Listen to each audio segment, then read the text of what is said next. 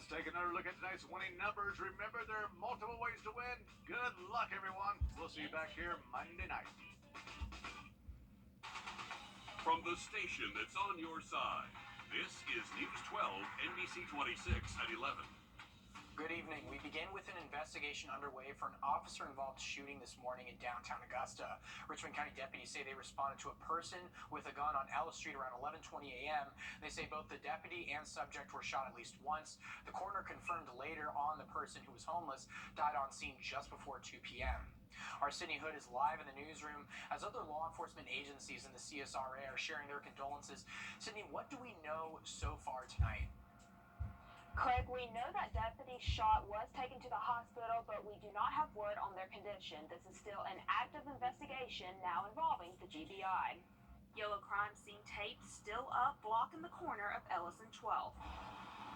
You can see how close this area is to downtown restaurants and stores, all open for Saturday morning business when shots rang out in broad daylight. It happened about the time families were likely sitting down for lunch. While one of their own is in the hospital after getting shot in the line of duty, deputies called on to the GBI to investigate. While the sheriff's office and the GBI haven't identified any names yet, Governor Brian Kemp tweeted his prayers to Deputy Kenneth Mercer, saying, "Marty, the girls and I are asking all Georgians to pray for Richmond County Sheriff's Deputy Kenneth Mercer, who was shot in the line of duty today. We join his loved ones and the entire law enforcement community in asking God to keep him stable and on the road to recovery." It didn't take long for social media to pick up on what happened. The support from other law enforcement agencies near and far is strong, all offering their own thoughts and prayers. Again, this is a developing story as the GBI continues to investigate and give updates. We will do the same and update you on air and online at wrdw.com. Thanks for following this all day as information has just been coming into our studio. Sydney, thank you for that. Now moving over to the weather side, it's time for your first alert weather. And tonight we'd like to have you meet again our new first alert meteorologist, Emily Acton. Emily, we had a hot and humid day today.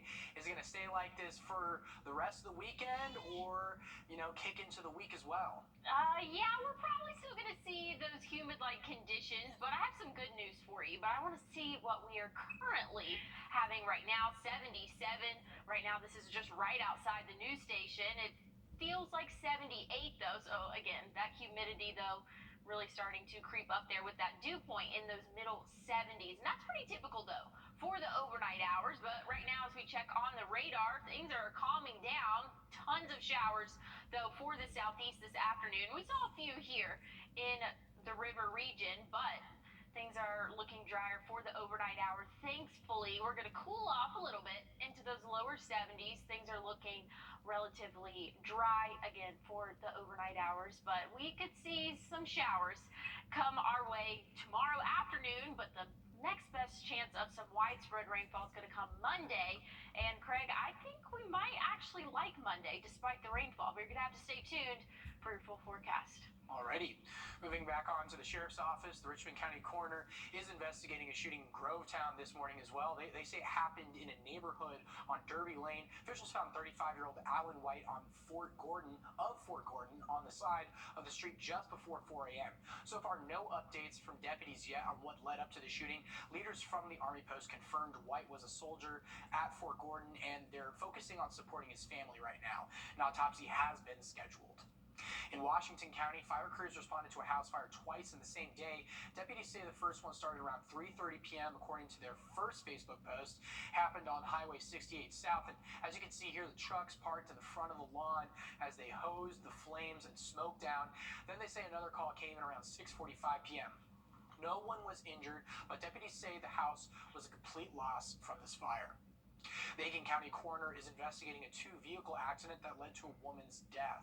They say a van crashed into an SUV around 2 p.m. at the Sally and South Dixie Roads intersection, not far from the Sally city limits. Well, it's a tongue twister.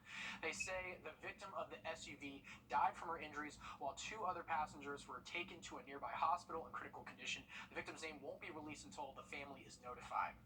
The Aiken County coroner is looking into a separate hit and run as well from this morning. They say officials from a 91-year-old Josephine Smiley around 6:45 a.m. on Storm Branch Road, not far from Silver Bluff Road. No word yet on if or the state's multidisciplinary accident investigation team have any suspects in mind. The coroner says an autopsy is coming up next Tuesday. In Georgia, UPS workers are preparing to strike should contract negotiations reach a stalemate. Abby Kasoris from our sister station in Atlanta checked in with dozens of them practicing their picket lines.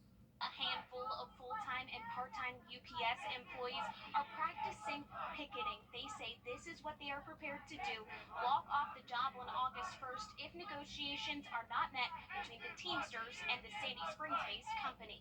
Hey, ho, ho! Corporate greed has got to go! The chants and signs send a message. Contract! When do we want it? Now! The Teamsters Union is looking for pay raises for full-time jobs and a cap on excessive overtime. Negotiations remain at a stalemate weeks away from the August 1st deadline.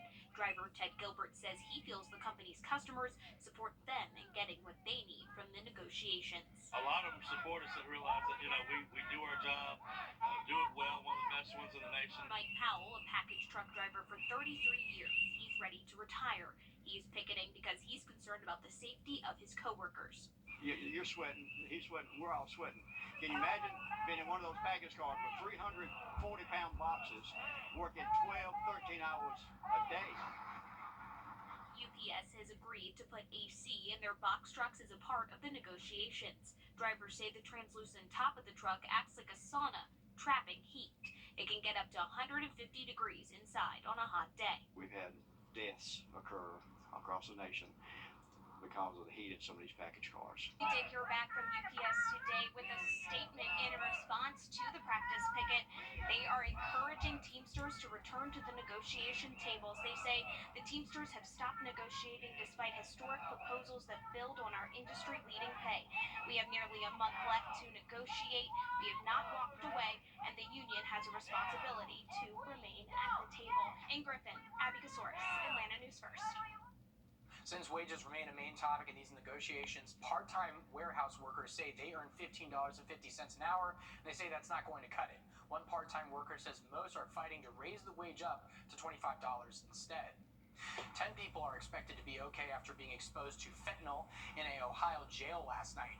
A jailer noticed 2 inmates started showing overdose symptoms, and those inmates, along with 2 corrections officers, more jail workers, and paramedics were exposed to the drug and taken to the hospital. Officials say a female inmate brought it into the facility, hiding it away. While the jail was decontaminated, some inmates got moved to different floors while others were taken to a firehouse. You know what?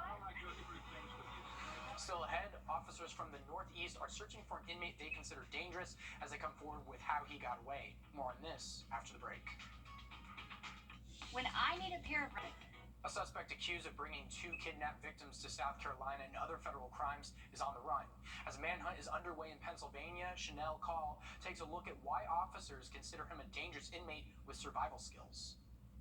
Our focus right now is making sure we capture him as quickly as possible. Lock the doors and stay alert. Police in Northwest Pennsylvania and Western New York are now on the hunt for 34-year-old Michael Burham. His escape like a Hollywood movie. Pennsylvania authorities say Burham scaled exercise equipment and shimmied down bed sheets to slip out of Warren County Prison sometime overnight Thursday. At this time, we have no reason to believe that Burham has left the general area. Burham was last seen wearing an orange and white striped jumpsuit, Croc-style shoes, and a jail-issued blue denim jacket. Police say his survivalist skills could complicate the search in rugged and steep terrain. Burham is a self-taught survivalist with military experience and could be potentially holed up in a wooded area. Burham was being held on arson and burglary charges and is suspected of raping and killing a woman in Jamestown, New York. Police say he's also tied to the carjacking and kidnapping of a couple back in May that resulted in a multi-state manhunt as well. Authorities are also asking for the public's help in this search. They're looking for any tips or security camera video, and they're also warning nearby residents to make sure their house and car doors are locked. Chanel Call, CBS News, New York. A A Texas gunman is sentenced to 90 consecutive years for life for a Walmart shooting in 2019. A U.S. district judge sentenced 24-year-old Patrick Cruces just before the weekend for killing 23 people in El Paso. He pleaded guilty to federal hate crime charges earlier this year after prosecutors took away the death penalty. There is another case against him to take place in state court where lawyers are considering the death penalty there. An update coming from Hampton County attorneys in a trial that involved convicted killer Alex Murdaugh's son. The wrongful death lawsuit for Mallory Beach is set to take place on August 14th, but lawyers representing a corporation just filed to have the location changed. The Beach family claims the Parker Corporation and Murdaugh's son Paul are responsible for her death. They claim Paul bought alcohol from one of their stores before a deadly boat crash 4 years ago. The corporation's lawyer filed for another motion to be tried separately again as well. No word yet if these will be granted.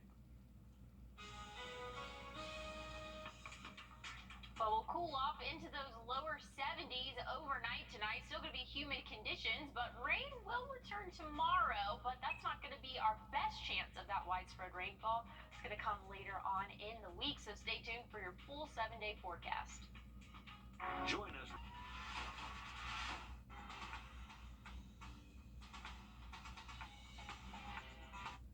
Taking you to a live look from the Calhoun Expressway. It's looking calm right now, but I hear it's hot and humid today. We're tossing things over. First alert meteorologist Emily Acton. How is it looking for the rest of our weekend?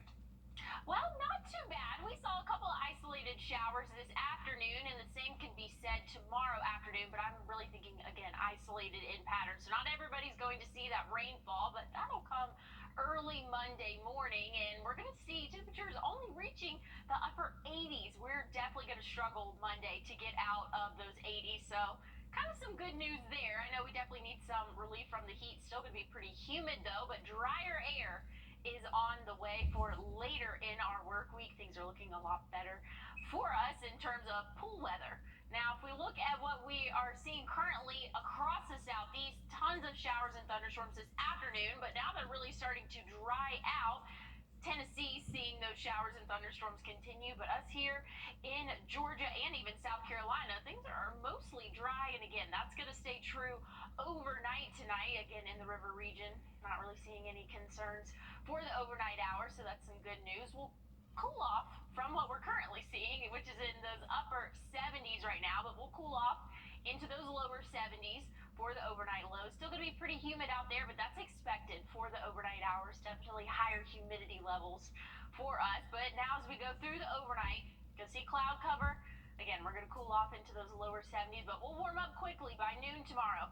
Going to be in those upper 80s and lower 90s. For the afternoon, really late afternoon, early evening, going to see a couple of those isolated showers possible. Then that's when the big chance of those widespread showers come through. Again, late Sunday night, early Monday morning, widespread heavy rainfall possible. But the good news is by the time most of us are out and about for our Monday, things are going to be more isolated in pattern. So hopefully most of us will not be getting poured on for our Monday. Definitely the Monday blues there.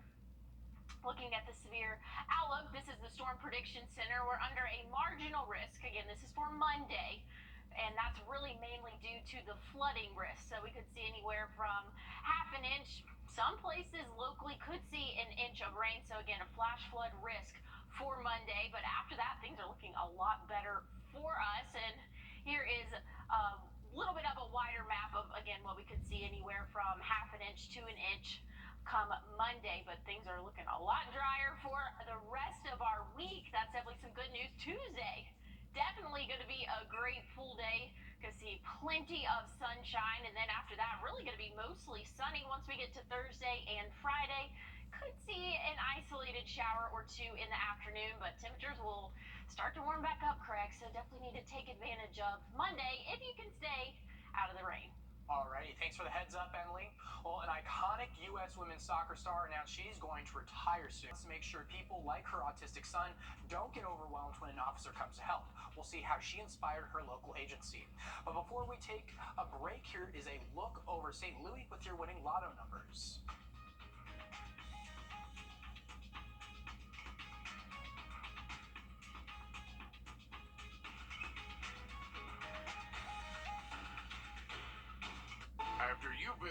Lexus Acura Infinity. A Californian mother is making sure officers are prepared when they respond to a situation where someone is autistic.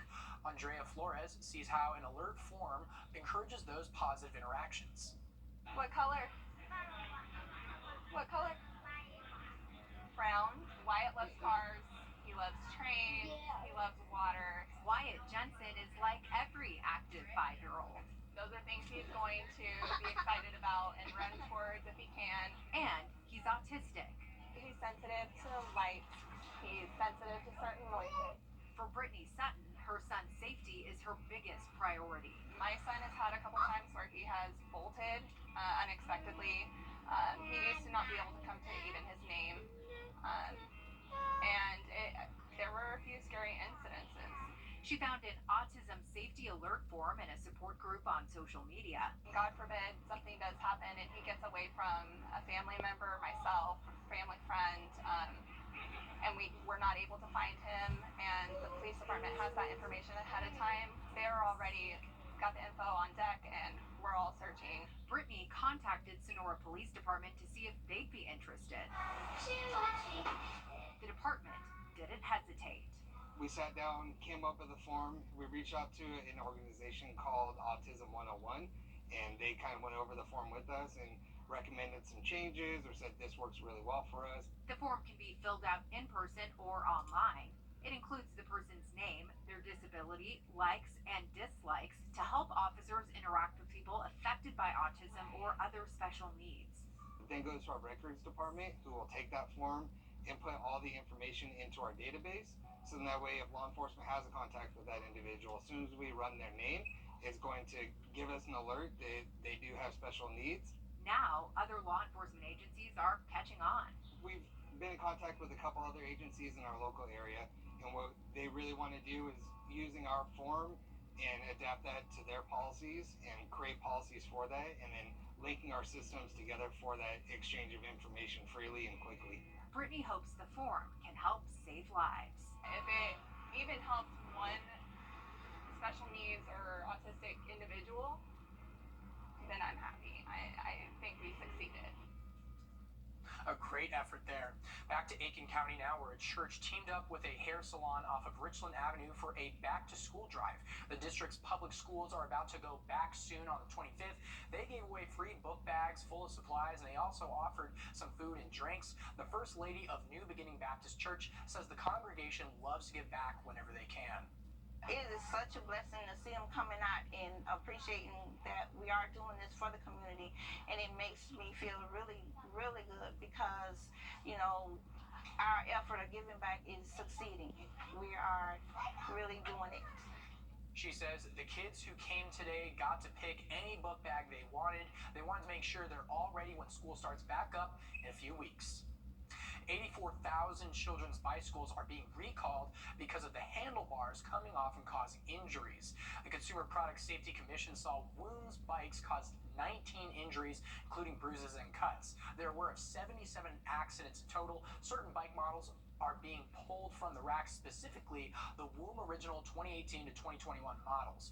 WOOM is calling for bike riders to stop using them and contact the U.S. office for a free repair kit. Emily?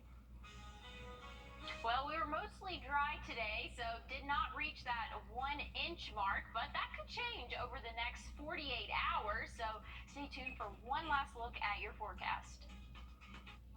Hey.com. Our first alert commitment to you is the power of 5 meteorologists, all the tools, the latest technology, and the first team of 5 meteorologists. News 12, NBC 26 First Alert Weather on your side. Alrighty, before we go tonight, a unique concert in the Florida Keys highlighted reef protection today.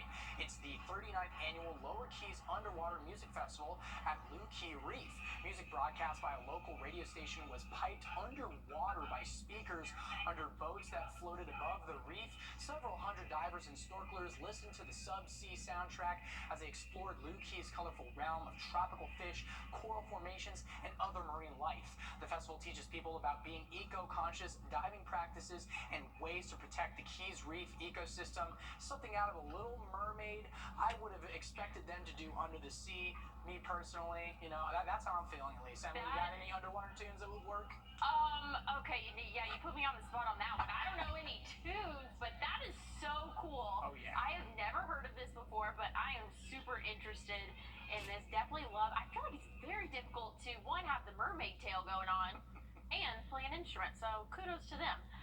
One last look, though, at our radar. Things are calm, expecting us to stay dry overnight tonight. Could see some isolated showers tomorrow later in the afternoon before they become more widespread early Monday morning. Not expecting it to be a total washout in terms of the afternoon hours Monday. Going to see more of those isolated like showers, and then things are looking drier for the rest of our week, Craig. Thank you for joining us here on News 12 at 11. I'm Craig Allison, but be sure to stick around with Ashley Campo and Chris Still if you're waking up early tomorrow morning.